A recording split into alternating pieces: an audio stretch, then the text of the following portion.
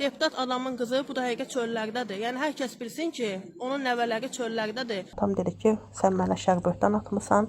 O deyir ki, sabahları səhər tezdən mən polisə şikayət edəcəm. Sabah cinayət işi açılsın, səni tutturacam. Atam zəng elədi anama ki, gəl qızımı apar, ya da onu kəndə göndərəcəm. Burada onu ögey anası zəhərləyər, başına iş gətirər.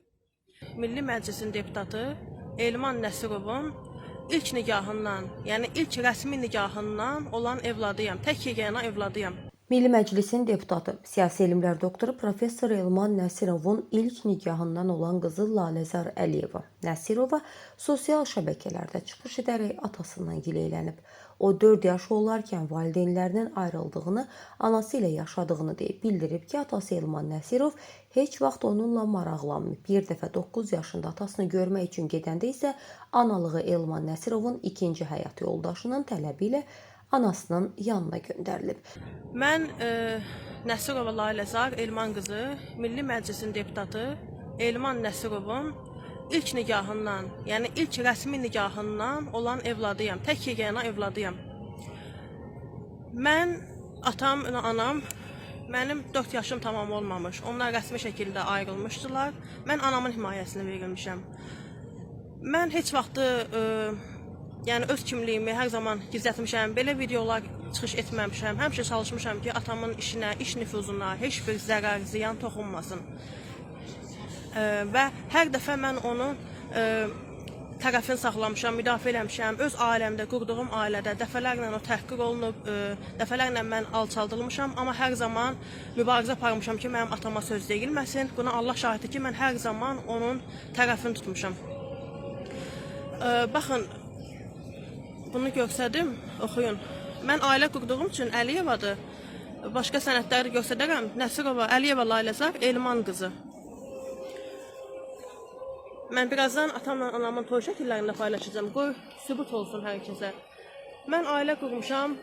Atam mənimlə heç zaman maraqlanmayıb. Nə yemişəm, nə içmişəm. Heç vaxtı mənə bircə dəfə də olsun zəng eləməyib. Mənim ad günlərim olub, mənim ailə qurduğum olub. Heç vaxtı mənə nə bir zəng eləyə, nə mənim bir çətin işimdə yanımda ola, nə məktəbimə gələ. Həmişə tək olmuşam. Nə əziyyətlər çəkmişəm, heç zaman bilməyibdi. Heç vaxt məndən görüşməyibdi. O öz evini, hal-hazırdakı onun yaşadığı evi, mən ilk dəfə 9 yaşımda mamam çox ağlayırdım, atamı istəyirəm. Məni mamam göndərdi atamgilə, o vaxt Xalqlar Dostluğunda qalırdı. Ailə qurmuşdu, yəni ögey anam məni saldı çölə 9 yaşında. Dedi ki, ya bu çıxıb getməlidir, ay Elman, mənim atama, ya da mən səndən boşanıram. Üzr istəyirəm, o da o vaxtda ikinci övladına, bətnində övladı var idi, yəni hamilə idi. Məni atam zəng elədi anama ki, gəl qızımı apar, ya da onu kəndə göndərəcəm. Burada onu ögey anası zəhərləyər, başına iş gətirər. Bax belə, yəni ondan sonra da atam ev telefonunu, atam adresini məndən gizlədir. Deputat adamın qızı bu dəqiqə çöllərdədir. Yəni hər kəs bilsin ki, onun nəvələri çöllərdədir. O istəsə, onun hər cür şəraiti var, hər cür vəzifəsi var. O istəsə, mənim istədiyim odur ki, mənim evim 3 ilə 5 il ərzində tikilib təhvil verəcək. O müddətə kimi mən onun bunun qapısında qalmayım. Mənə müvəqqəti, əslində mənə ev də düşür, ayrılandan sonra ev verməyib mənə. Amma mənə müvəqqəti yaşamaq üçün bir köməklik eləsin. Mən haradasa ev tikilənə kimi gedim orada qalım ailəmlə, yoldaşımla, uşaqlarımla. Əgər yoldaşım məndən yaşamaq gəlmək istəsə, onun da anası rəhmətə gedib, bayaq dedim kimi qaynanam, baldızım ərdədir, tək övladdır. Deyir, mən atam da bu vəziyyətdə onu tək qoyub gedə bilmərəm. Amma mən neyiniyim, məni çölə salır, mən uşaqlarımı düşünüm. Neyiniyim, mən bilmirəm. Siz mənim yerim olsanız neyniyərdiniz?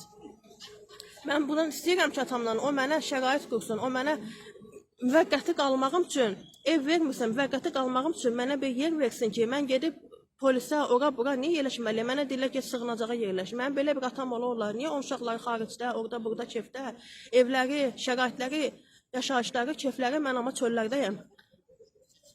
Mən indi gedəcəm, nənəmlə qalacam daimgildə, ha vaxta qədər. Yoldaşım deyir ki, gəl evə, atam içib sakit deyib, gedirəm evə, girirəm qaynatam ələ salır ki, sən yenə gəlmirsən, sən nə üzlə gəlmirsən, nə sifətlə gəlmirsən, çıx rədd ol, get bu evdən. Sosial mediada video paylaşan Laləzar Əliyevanın iddiaları əsasında Elman Nəsirovla əlaqə saxlanılıb.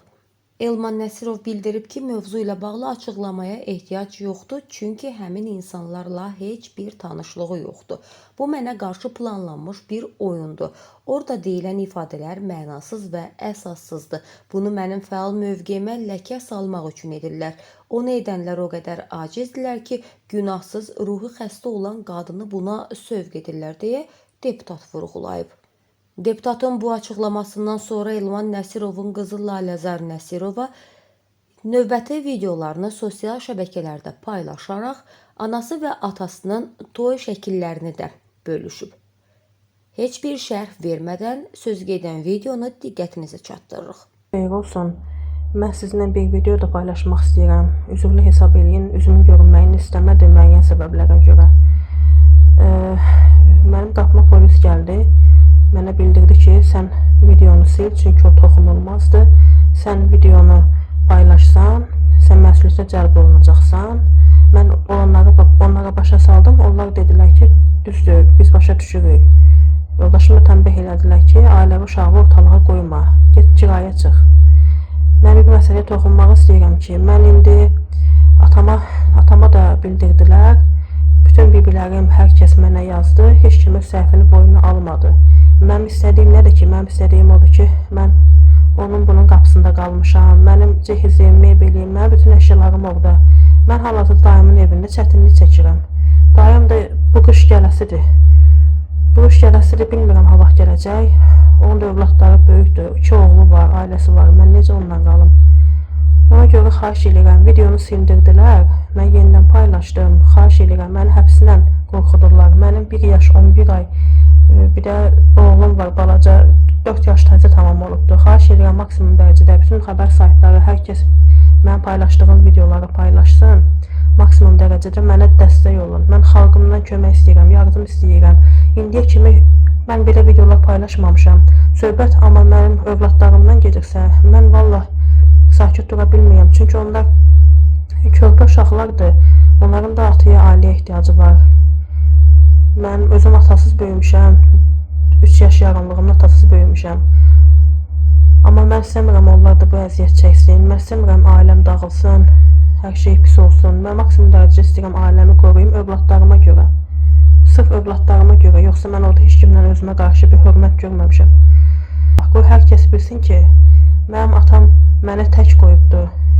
Mənim internetdə öz şəxsi Wikipediyasında ora baxın, 3 övladı olduğunu yazıb. Sanki mən onun övladı deyiləm.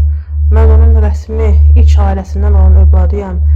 Mən onun qanını daşıyıram. O mənim anamla, atamla onların toyuna, nəyə görə bunu deyirəm? Yəni mən onun leyva şəxsi uşağı deyiləm. Mən onun rəsmi övladıyam. O niyə 4 övlad yazdırmayıb məni danır? Niyə mənim bu məsələmdə köməklik eləmir? Siz mənim yerimə olsaydınız, nəyə deyərdiniz? Anam gələ şərait yoxdur. Anam özü tək qalıb. Balaca bir evdir. Orada nə yorğan döşək yoxdur, nə kravat yoxdur. Balaca divandır. Anam ora güclə yerləşir, yatır. İşləmir. Şirkətdən gələn pulla dolanır. Şirkət də Sipark şirkətidir. İnternetə baxsaz görəcəksiniz, Sipark. Bəziləri yazır ki, bibim yazır ki, sənin evin var.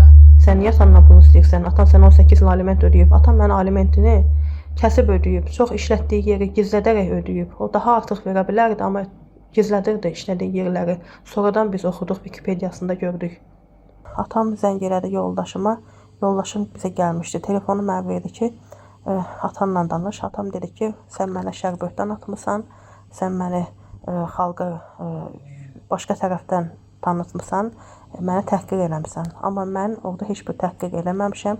Heç bir söyüş, təhqir, şantaj, böhtan və əziz xalqım, özünüz görürsünüz. Mən orada heç bir şey böhtan etməmişəm. O deyir ki, sabahları səhər tezdən mən polisə şikayət edəcəm.